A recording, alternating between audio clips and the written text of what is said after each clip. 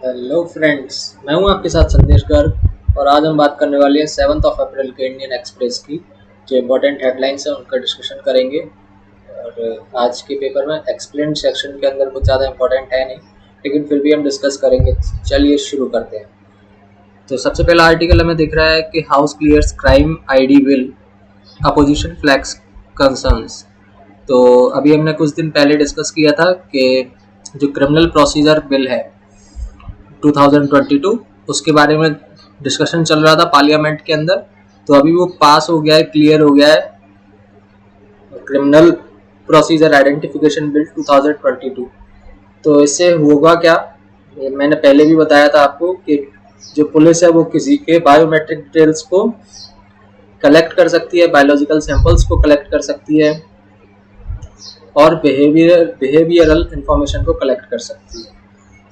सबसे इम्पोर्टेंट बात इसमें यह है कि कोई भी व्यक्ति अगर किसी सस्पेक्ट में, अगर कोई सस्पेक्टेड व्यक्ति है और उसको पुलिस ने अरेस्ट भी कर लिया है, लेकिन उसके ऊपर अभी क्राइम वो अभी एक्यूज्ड नहीं हुआ है, मतलब क्राइम उसका साबित नहीं हुआ है, तो भी उसके सैंपल को कलेक्ट करने की पावर देता है ये क्रिमिनल प्रोसीजर आइडेंटिफिकेशन बिल 2022। चलो डिटेल में जानते हैं। नेक्स्ट पेज पे इसके बारे में डिटेल में इंफॉर्मेशन दी हुई है।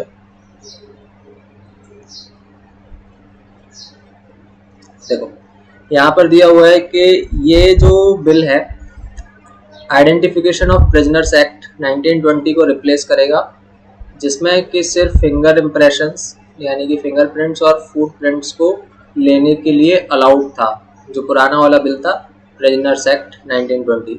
लेकिन ये वाला जो बिल है, जो नया बिल है क्रिमिनल प्रोसीजर आइडेंटिफिकेशन बिल 2022, इसमें पुलिस किसी के भी फिंगरप्रिंट कलेक्ट कर सकती है, पाम यानी हथेली के प्रिंट्स हाथ के, और फुटप्रिंट्स, फोटोग्राफ्स, आइरिस और रेटिना स्कैन करके रख सकती है, फिजिकल और बायोलॉजिकल सैंपल कलेक्ट कर सकती है, आपके सिग्नेचर, आपकी हैंड राइटिंग, ये सारी चीज़ों को कलेक्ट करने की पावर ये बिल देता है। केवल एक ही केस का एग्जम्पशन है इसके अंदर, बायोलॉजिकल सैंपल्स का। वो भी बायोलॉजिकल सैंपल्स भी अगर कोई सेक्सुअल केस है, सेक्सुअल अब्यूज़ का केस है, तो उसमें बिना कंसेंट के पुलिस बायोलॉजिकल सैंपल्स भी कलेक्ट कर सकती है। तो ये वाला बिल इन सारी चीज़ों को, पुलिस को ये सारी पावर्स देता है। तो इसके ऊपर काफ़ी दिनों से चर्चा चल रही है। आपको भी इसमें दोनों ही positive plus negative point of view अपने तैयार करके रखना है कि इस बिल से क्या पॉजिटिव होगा और क्या नेगेटिव होगा, क्या हमारी पुलिसिंग स्मार्ट वे में हो पाएगी, क्या ये पुलिसिंग में हेल्प करेगा ये बिल, या इसके नेगेटिव जो पॉइंट्स हैं लाइक प्राइवेसी को कितना ये ब्रीच करता है। तो उन सारी चीज़ों पर आपको ज़रूर अपने पॉइंट्स तैयार करके रखना है from the exam point of view, right. चलते हैं नेक्स्ट न्यूज़ पे।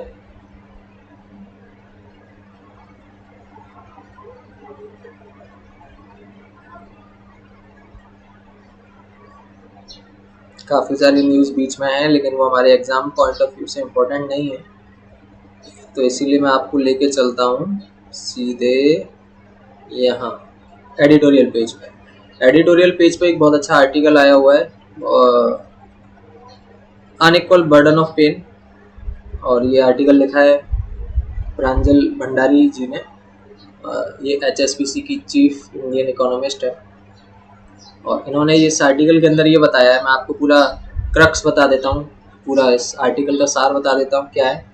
इसमें ये कहना चाह रही हैं कि कोविड के बाद से जो छोटे छोटे फर्म्स हैं, छोटी छोटी कंपनीज हैं, ज़्यादातर इनफॉर्मल सेक्टर की, उन पर काफ़ी लोड आया है, और उनकी वजह से क्या हुआ है कि जो फर्म्स हैं हमारी, जो स्मॉल फर्म्स हैं इनफॉर्मल सेक्टर की, तो उनके एम्प्लॉयज़ की जो सैलरी है वो इतनी नहीं बढ़ी है जितनी लार्ज फर्म्स के एम्प्लॉयज़ की सैलरी बढ़ी है आफ्टर कोविड। तो इसका मेन रीज़न है ऑयल प्राइसेस का बढ़ना, कमोडिटी प्राइसेस का बढ़ना। अगर ऑयल प्राइस बढ़ती है तो हमारे कंट्री में इन्फ्लेशन बढ़ेगा, ग्रोथ डाउन जाएगी, है ना, फिस्कल और करंट अकाउंट डेफिसिट भी बढ़ेगा। By the way current account deficit और फिस्कल डेफिसिट क्या होता है ये आप मुझे कमेंट सेक्शन में बताएंगे। यहाँ पर मैम कह रही हैं कि जो छोटे छोटे फर्म्स हैं जिनके पास इतना कैपिटल नहीं है कि वो अपनी कंपनी को आगे सर्वाइव कर पाएँ, बफर कैपिटल नहीं है, तो उनके एम्प्लॉयज़ की जो सैलरी है वो कम हुई है या वहीं पर रुकी हुई है जो कोविड से पहले थी। इसकी वजह से उनकी परचेजिंग पावर कम हुई है।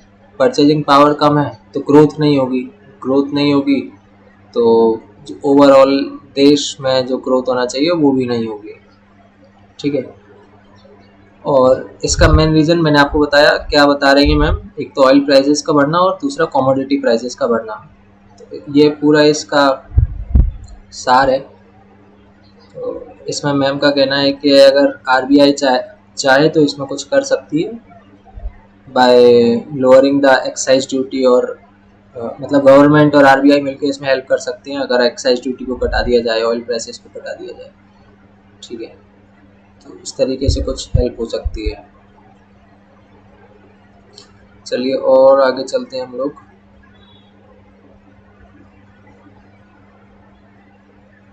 ये भी आर्टिकल काफ़ी अच्छा है, the right to be different, काफ़ी बड़ा है। बेसिकली राइटर यहाँ पे बात कर रहे हैं हिजाब कंट्रोवर्सी के ऊपर। तो कर्नाटक हाई कोर्ट ने जो रिसेंटली एक अपना डिसीजन दिया है उसके ऊपर यहाँ पर बात की है राइटर ने। तो आपको ये भी थोड़ा सा दिमाग में रखना है कि हिजाब कंट्रोवर्सी क्या थी और अभी उस पर क्या डिसीजंस आए हैं रिसेंटली।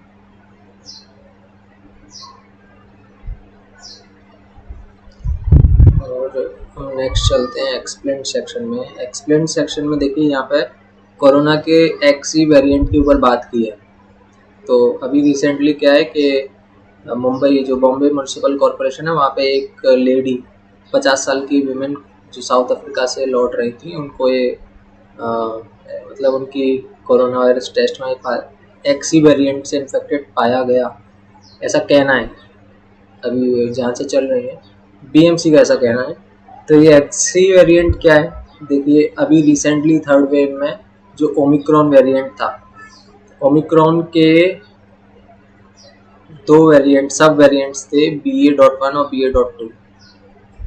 तो ये जो बात यहाँ पर हो रही है कोरोना के एक्सी वेरिएंट की, ये एक्सी वेरिएंट होता है BA.1 और BA.2 दोनों का मिक्सचर, दोनों का म्यूटेशन होता है ये।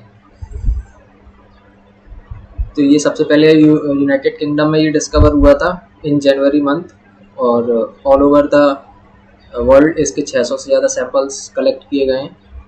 बेसिकली ये अभी इतना कंसर्न वाली बात नहीं है इस वेरिएंट को लेके, लेकिन ये बता रहे हैं कि इंडिया में भी पाया जा सकता है एट अ लेटर स्टेज। और अभी ऐसा कोई एविडेंस नहीं है कि ये ओमिक्रॉन के दूसरे वेरिएंट से ज़्यादा डेंजरस है या अलग है, लेकिन ये बताया जा रहा है कि ये 10% मोर ट्रांसमिसिबल हो सकता है than the dominant BA.2 variant, right. तो ये एक्सप्लेन सेक्शन में बताया गया है आज। सो फ्रेंड्स, आज के डिस्कशन में बस इतना ही। 7 अप्रैल के न्यूज़पेपर में इतना कुछ खास ज़्यादा इम्पोर्टेंट था नहीं, तो रेगुलरली वॉच कीजिए, चैनल सब्सक्राइब बिल्कुल मत करना, क्योंकि अच्छी चीज़ पता पड़ जाएगी तो फिर हमारा लॉस हो जाएगा। So don't subscribe the channel, hit the like button. Thank you.